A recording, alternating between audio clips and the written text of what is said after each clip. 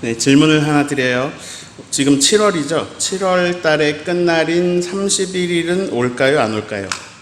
네, 오겠죠? 네. 그러면 7월 달, 올해 7월 달에 시작이 있었나요?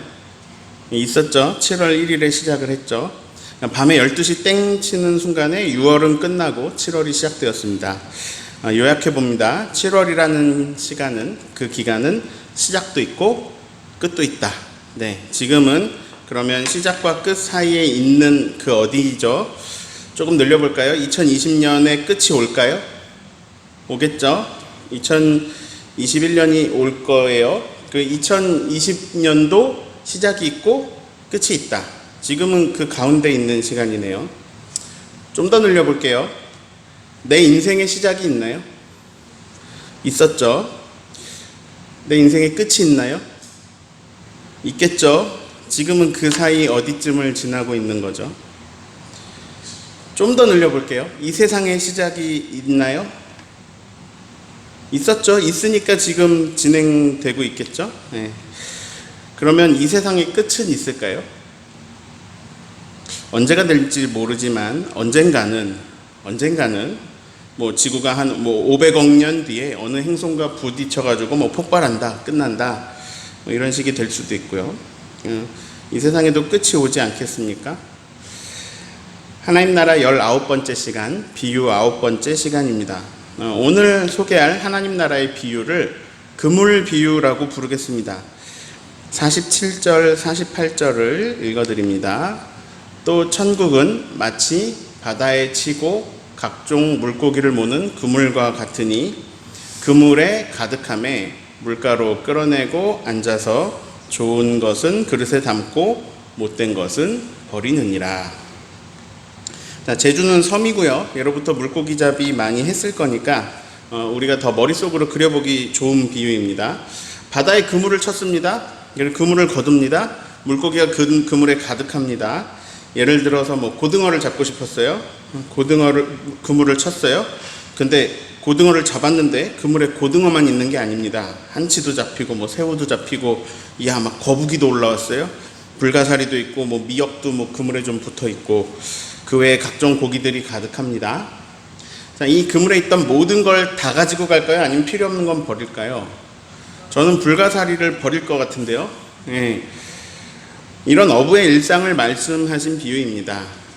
저는 사실 이제 다른 비유들을 먼저 다루고 이제 이 비유를 더 나중에 할까 이렇게 고민을 했습니다. 마태복음 13장에 여러 가지의 비유가 나오는데요. 이 뒷부분에 이제 3개의 짧은 비유가 연달아서 나와요. 밭에 감추인 보화 비유, 그 다음에 지면 한 번에 한 진주 비유, 그리고 이제 이 그물 비유예요. 이 성경책 앞에 작은 소제목이 붙어 있어요. 집사님 뭐라고 써 있어요? 44절 앞에 3가지 비유라고 써 있죠. 3가지 비유. 그 3가지 비유에 밭에 감추인 보화 비유, 진주 비유, 그리고 이 그물 비유가 나와 있어요. 이 밭에 감추인 보화 비유나 진주 비유는 상당히 비슷한데 갑자기 전혀 다른 이야기, 그물 비유가 나와요. 사실 이건 심판에 관한 내용이어서 좀 무섭기도 하고요. 별로 듣고 싶지 않은 이야기일 수도 있고요. 그래서 좀 나중에 다루거나 아니면 뒤에 나오는 다른 비유할 때 좀 섞어서 살짝 언급만 하고 넘어가려고 그랬어요.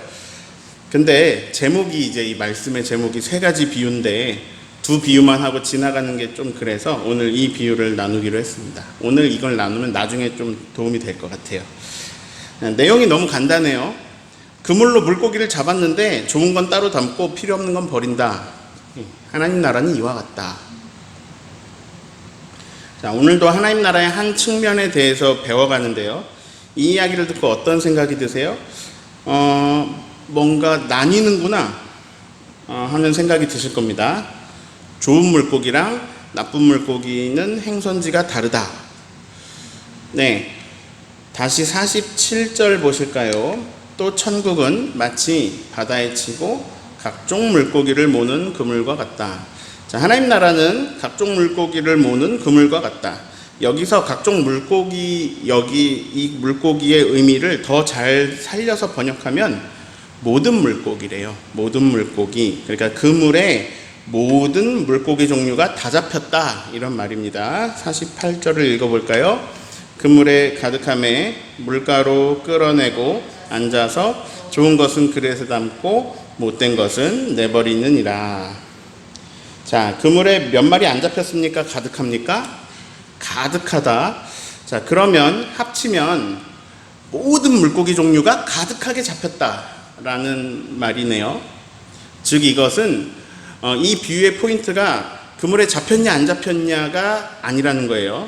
아예 전제로 깔고 가는 거예요. 그냥 다 잡혔다라는 겁니다. 각종 물고기, 모든 물고기가 이 그물에 다 잡힌다. 그래서 그물은 가득하다. 여기까지 전제예요. 자, 이 비유의 포인트는 여기에 있습니다. 좋은 것은 담고 못된 것은 내버린다. 예. 자, 이 이야기를 들으면서 당연히 이런 생각이 듭니다. 아, 여기서 말하는 물고기는 나구나. 내가 못된 것이냐 좋은 것이냐에 따라서 결과가 달라지는구나. 그래서 오늘 제가 전달을 하려고 하는 메시지는 뭘까요? 좋은 물고기가 되자, 뭐 이런 거겠죠? 그 메시지를 포함하면서 제가 전달하고자 하는 핵심을 9자로 줄이면 뭐가 될까요? 9자라고 하면 이제 힌트가 되겠죠? 하나님이 주인이시다. 하나님이 주인이시다. 하나님이 주권자시다. 목사님 또 그 얘기입니까? 근데 네, 맞아요. 성경은 온통 그 말씀입니다. 하나님이 주인이시다. 하나님이 다스리신다. 오늘 이 비유의 말씀에는 무엇이 좋은 물고기인지 무엇이 못된 물고기인지 안 나와 있습니다. 좋은 물고기하고 못된 물고기를 나누는 기준이 안 나와요. 나오지 않았어요. 영어 성경은 이제 굿하고 배드를 쓰는데요. 여러분은 어떤 물고기입니까? 굿이에요, 배드예요? 자, 여러분이 저를 평가해 보세요. 근데 대신 속으로만 하세요. 네. 저는 좋은 물고기입니까? 나쁜 물고기입니까? 일부러 여러분의 입을 안 쳐다보고 있어요, 제가. 여러분은 착하셔서 아마도 좋은 물고기라고 생각하셨을 것 같습니다. 아닌가요? 네. 에이, 그래도 목사님인데 뭐 좋겠지. 뭐 괜찮은 사람이겠지. 근데 이거는 진짜 제 아내한테 물어봐야 되는 거 아닐까요? 여러분과 저는 어떤 격식을 갖추는 사이로 만났으니까, 그러니까 제가 좋은 사람처럼 보일 수 있겠죠. 근데 제 민낯을 보는 제 아내한테 물어보거나 아니면 이 질문을 제 군대 후임병들한테 물어보면 어떨까요? 뭐라 그럴까요? 제 아내가 저를 못된 사람이라고 평가하고 있다는 건 아니고요.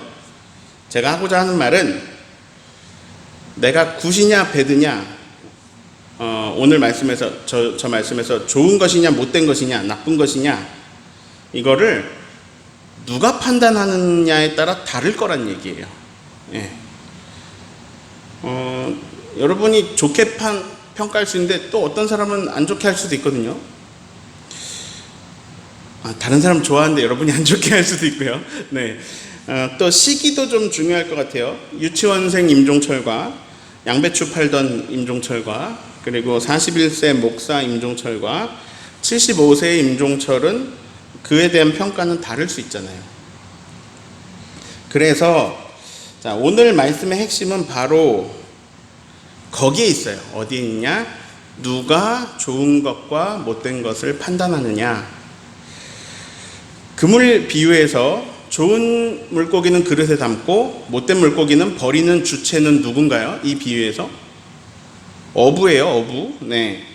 이 물고기를 버릴지 그릇에 담을지 판단하는 건 어부 마음이에요. 갈치가 잡혔어요. 갈치가 할 말이 많아요. 저는요, 갈치구이, 갈치조림, 비싼 거 아시죠? 저 엄청 비싼 고기예요. 저는 데리고 가시는 게 좋아요. 근데 어부가 난 근데 갈치 필요 없어. 그리고 버리면 끝이에요. 예. 물론 이제 여기 말씀의 배경은 갈릴리 바다고, 갈릴리 바다는 바다가 아니고 호수인데 커가지고 바다라고 불러요. 이 갈릴리 호수는 민물이고요. 그럼 갈치 안 나올 건데, 그런데 제주 바다로 설명해도 본질은 똑같아요. 그래서 이렇게 전하고 있는 중이에요. 자, 오늘 말씀에는 그물을 물가로 끌고 나와가지고 물가에서 고기를 골라내는 것으로 나와 있는데, 뭐 바다 위에서, 뭐 태평양 한가운데서, 뭐 큰 배의 갑판 위에서 고기를 골라내는 걸로 설명해도 의미는 똑같아요. 본질은 고기를 골라낸다는 거예요. 그 핵심은 뭐냐? 누가 해요? 누가 골라내냐? 하나님이. 자, 그러면 우리 관심은 기준이 어디 있냐는 거예요. 근데 이제 오늘 말씀 이 두 절만 보면 몰라요. 안 나왔어요, 기준이. 그래서 다른 비유들을 좀 더 살펴봐야 될 것 같아요. 그러면 기준은 다른 비유에서 보고, 오늘 중요한 건 뭐냐? 골라낸다는 거예요. 즉 결과가 다르다는 거예요. 무섭지 않으세요? 내가 하나님의 그릇에 담길지 하나님한테 버려질지. 여러분 자신 있습니까? 만약에 어부가 만약에 그냥 다른 존재라면, 예를 들어 여러분이 어부어서 고른다면, 그러면 제가 막 교인들한테 막 나쁘게 안 하면, 그럼 교인들은 저에 대해서 좋다고 할 수 있죠. 뭐 저의 좋은 모습만 보여줄 수 있으니까요.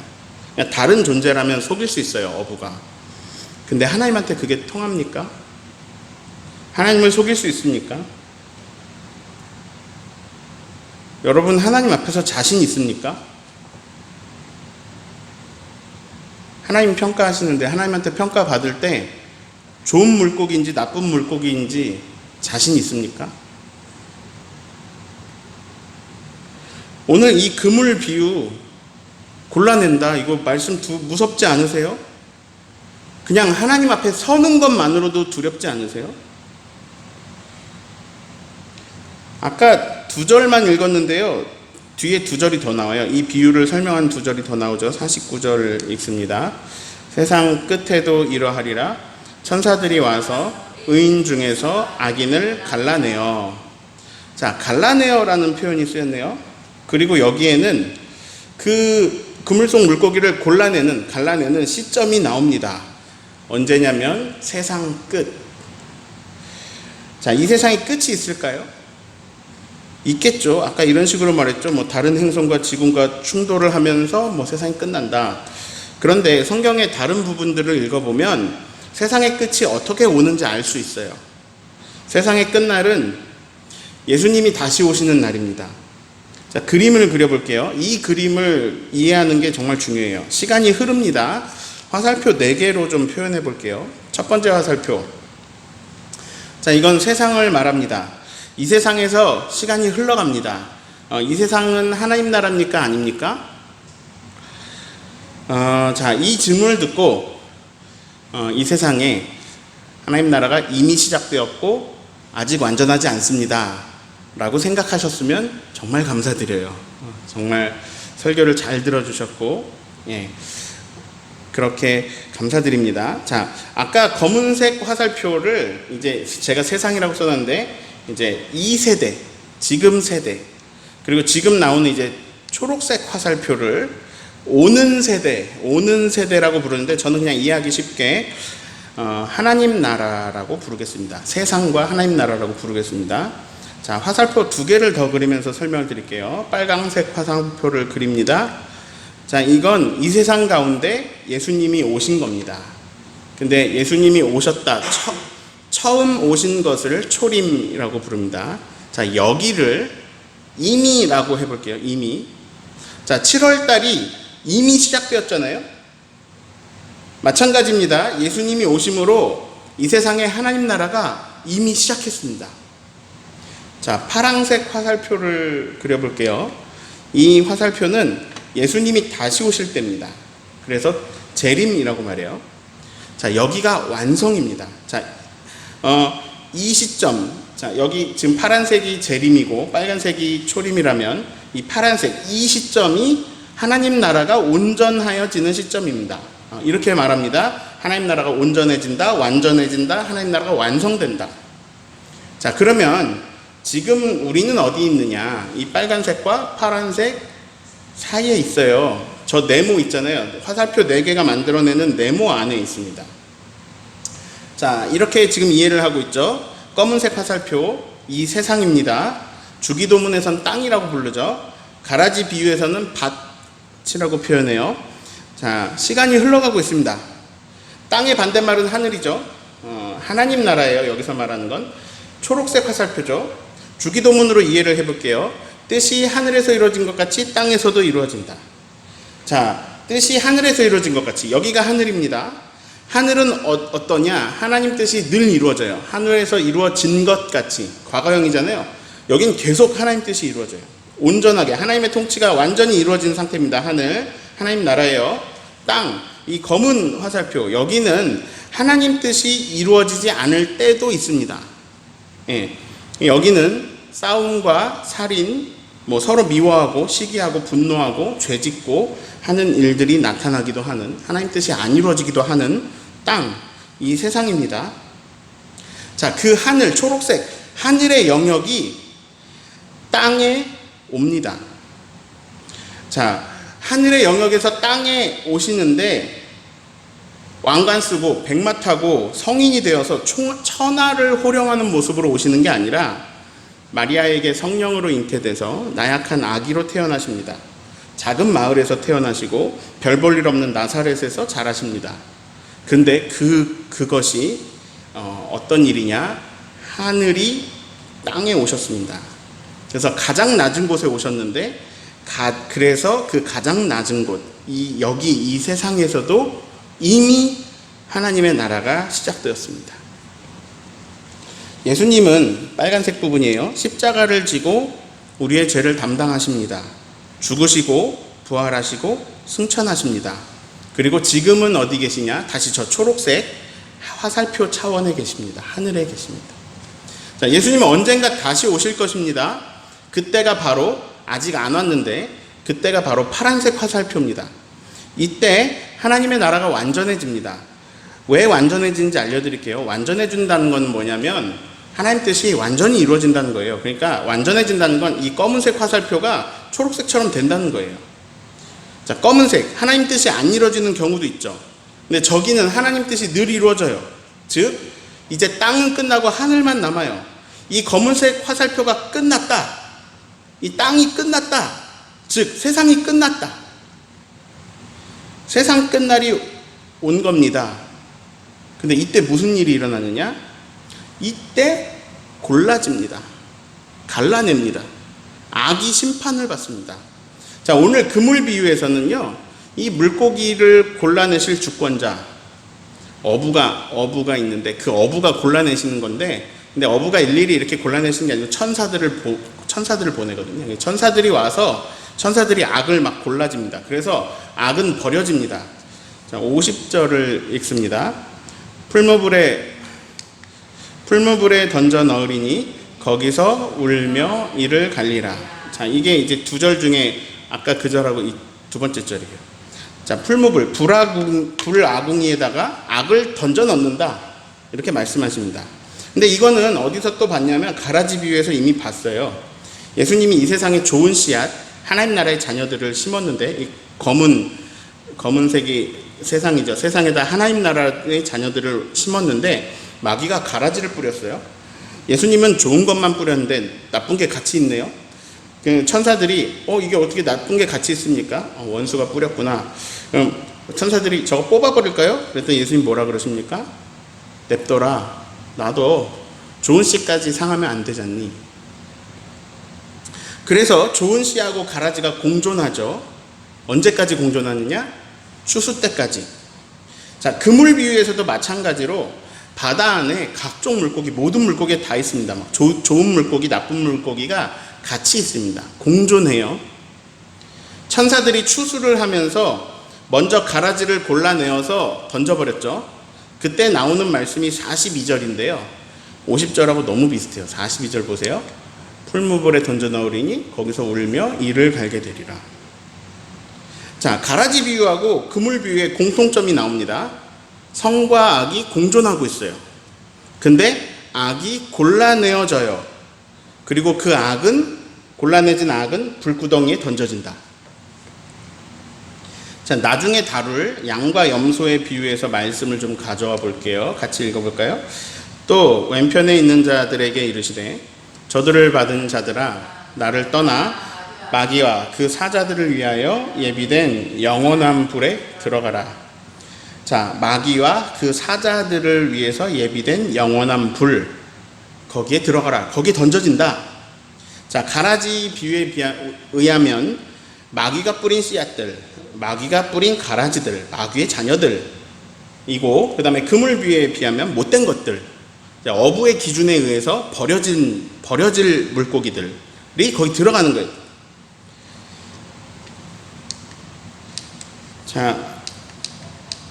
자, 검은색 화살표가 끝이 나죠.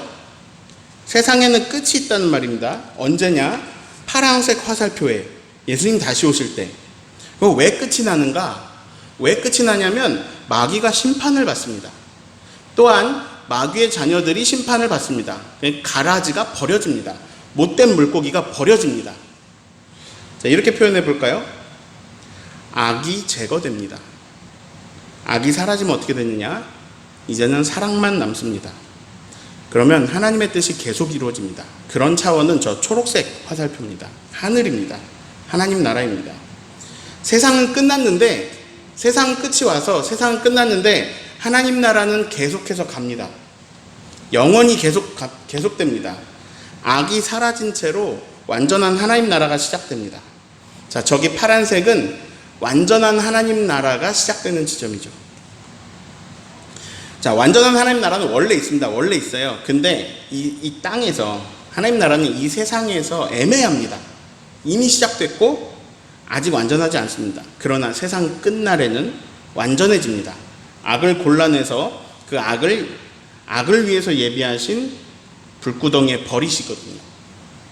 다시 질문합니다. 어부 앞에, 진짜 주인이신 그분 앞에 서실 때 자신 있으십니까? 세상 끝날에 자신 있으십니까? 저는 하나님이 주권자시다, 하나님이 심판자시다 라는 걸 강조하면서 두 가지를 말씀드리고 싶습니다. 첫 번째, 하나님 앞에서 자신 있을 수 있는 사람은 아무도 없습니다. 살아온 모든 삶이 모두 선한 사람은 아무도 없습니다. 저를 보면 저는 정말 나쁜 사람입니다. 저는 아주 못된 물고기입니다. 저는 마귀를 위하여 예비된 불구덩이에 던져지면 딱입니다. 저는 하나님 앞에 설 자신이 없습니다. 두 번째, 제가 자신 있는 부분이 있습니다. 그것은 바로 심판자가 하나님이시라는 겁니다. 고등학교 때 국어 선생님이 정말 좋은 분이셨어요. 네, 학년이 올라가고 또 새 학기에 국어 시간이 되었습니다. 어느 선생님이 들어오실까? 설마 그 악명 높은 저기 그 사이코 선생님이 들어오시는 게 아닐까? 막 이렇게 긴장하고 있는데, 근데 그 좋으신 국어 선생님이 우리 반에 들어오시는 거예요. 애들 얼굴이 활짝 폈습니다. 왜일까요? 적어도 1년 동안 국어 시간만큼은 좋은 시간으로 채워질 거라는 걸 아는 거죠. 예상대로 그 해 국어 시간 참 좋았습니다. 네. 자, 이분은요, 그릇이 크세요. 이해도 되게 많으시고, 학생들을 다 이해해 주시고, 용서도 많으세요. 딱 알아요, 우리가. 아, 이분은 날 해치지 않으신다. 다른 데서 화가 나서 와가지고, 막 교장 선생님, 교감 선생님한테 혼나고 와가지고, 막, 괜히 우리를 막 때리고 괴롭히는 분은 아니다. 잘못하면 뭐 혼날 수는 있겠지만, 그건 우리를 죽이려고, 우리를 해치려고 그러는 게 아니라, 진실로, 바르라고, 정말 잘 되라고 혼내시는 것이다. 이분 앞에서는요, 마음이 쉴 수가 있어요. 편안해요. 다시 말합니다. 제가 자신 있는 부분이 있습니다. 그건 바로 심판자가 하나님이시라는 겁니다. 하나님은요, 고기를 골라내실 겁니다. 좋은 것, 나쁜 것 골라내실 겁니다. 그런데 하나님의 시각이 좀 의심스러울 것 같아요. 우리가 보기에는 아무리 봐도 못된 것인데, 던져버려야 할 건데, 좋은 것이라고 그릇에 담으시는 거예요. 그래서 하다못해 막 옆에서 따질 수 있습니다. 아, 그건 좀 버려야 될 거 아닙니까? 아, 그거 버려야죠. 아, 하나님, 그 물고기는 좀 버리세요. 그 물고기가 한 짓을 아십니까? 그 물고기는 이런 짓을 했고요. 이런 짓을 했고요. 이런 짓을 했다고요. 하나님이 이렇게 말씀하실 거예요. 내 맘이다. 내 맘이야. 내 눈에는 이 물고기가 참 좋아 보인다.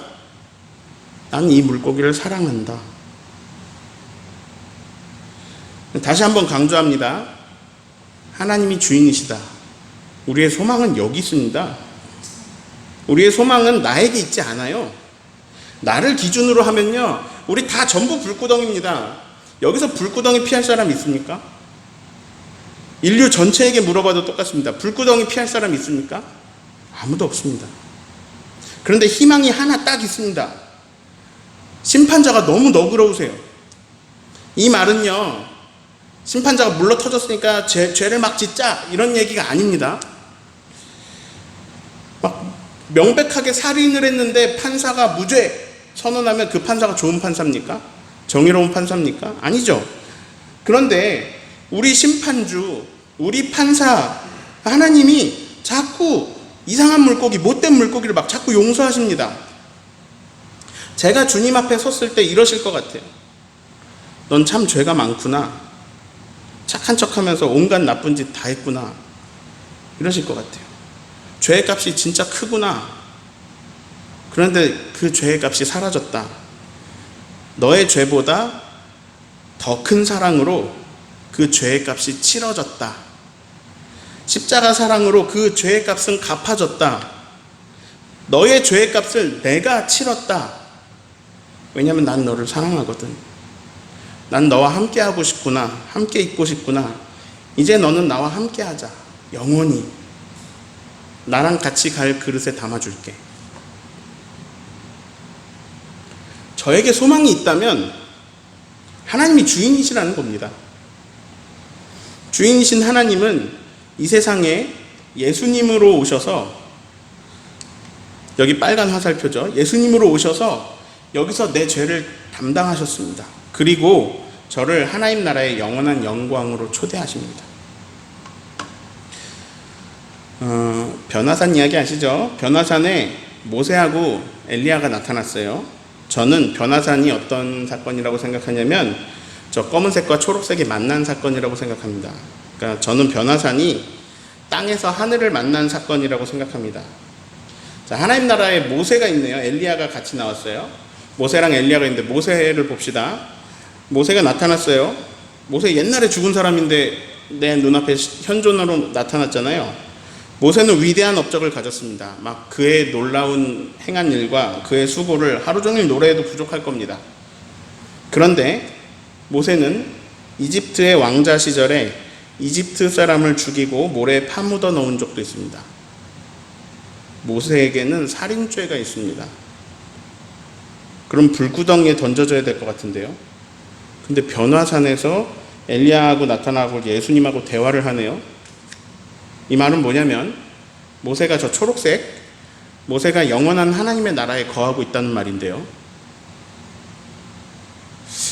아마 다윗도 하나님 나라에 거할걸요? 다윗의 업적은 위대합니다. 대단합니다. 다윗 하면 아직도 가장 위대한 왕으로 뽑죠. 근데 다윗은 남의 아내를 빼앗은 사람입니다. 밧세바를 빼앗기 위해서 충신 우리야를 죽게 만든 사람입니다. 다윗의 업적은 위대합니다. 좋은 일 참 많이 했습니다. 하나님 앞에 바른 일도 많이, 신앙의 모범도 보였습니다. 그래도 다윗은 살인을 계획한 자이고 간통죄를 지은 사람이기도 합니다. 근데 그는 아마도 하나님 나라에 거하고 있을 겁니다. 왜냐? 물고기를 골라내는 어부께서 사랑이 너무 많으세요. 용서가 너무 많으세요. 악을 행했구나. 너가 악을 행했구나. 그 악의 대가가 있다. 근데 그 악의 대가는 내가 감당하마. 또한 너에게 살해당한 우리아는 내가 정말 잘해주고 내가 그를 높여줄 것이다. 그는 나와 함께하면서 엄청난 사랑 가운데, 엄청난 행복 가운데 있다. 너도 이제 영원한 선함 속으로 들어가라. 영원한 사랑 속에 거하거라. 나와 함께 가자. 저 불구덩이는 너를 위해 만든 게 아니야. 다윗 너를 위해 만든 게 아니야. 하나님의 심판. 살아가면서요, 선하게만 산 사람은 없어요. 그리고 살아가면서 죄로 모든 것을 다 채운 사람도 없습니다. 모든 사람은 좋은 일도 하고 나쁜 일도 했습니다. 근데 골라질 때 나쁜 일은 벌을 받아야 정의롭거든요. 근데 그 죄의 값을 하나님이 직접 담당하셨습니다. 주인께서 물고기를 고르는 기준은요, 다른 비유들에 나옵니다. 그때 잘 들으셔야 돼요. 오늘은 두 가지를 기억합니다. 첫 번째, 하나님 앞에서 떳떳한 사람은 없습니다. 하나님 앞에 자신 있게 설 수 있는 사람은 없습니다. 두 번째, 그래도 자신을 가질 수 있습니다. 가지셔도 좋습니다. 왜냐하면 하나님이 주인이시고 하나님이 심판자십니다. 그분은 사랑이 너무 많습니다. 그분은 용서가 너무 크십니다. 물론 하나님한테 잘못을 빌고 용서를 빌어야 됩니다.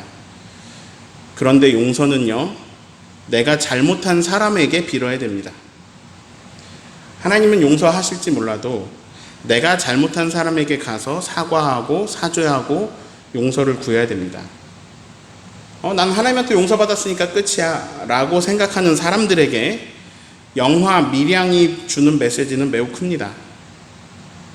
용서는요, 진심으로 뉘우치고 진심으로 사죄하면서 막 빌어가면서 아니면 내가 창피를 당해가면서 그러면서 용서는 사람에게도 받아야 됩니다. 용서는 사람에게 받아야 됩니다. 하나님이 선하십니다. 포도원 주인 비유에서 말씀하시죠.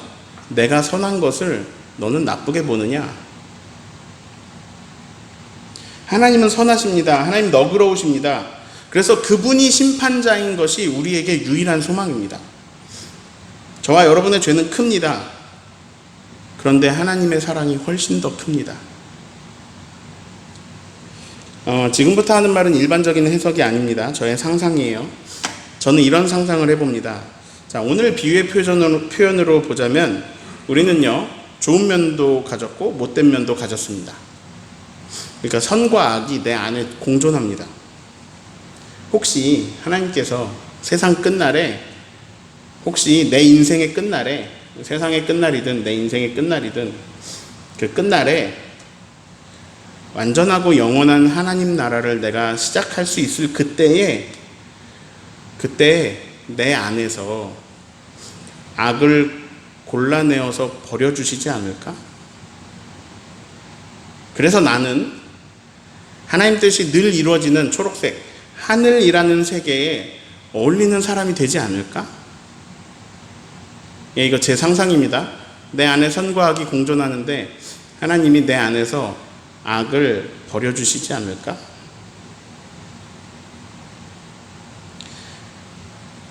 제 상상이고요.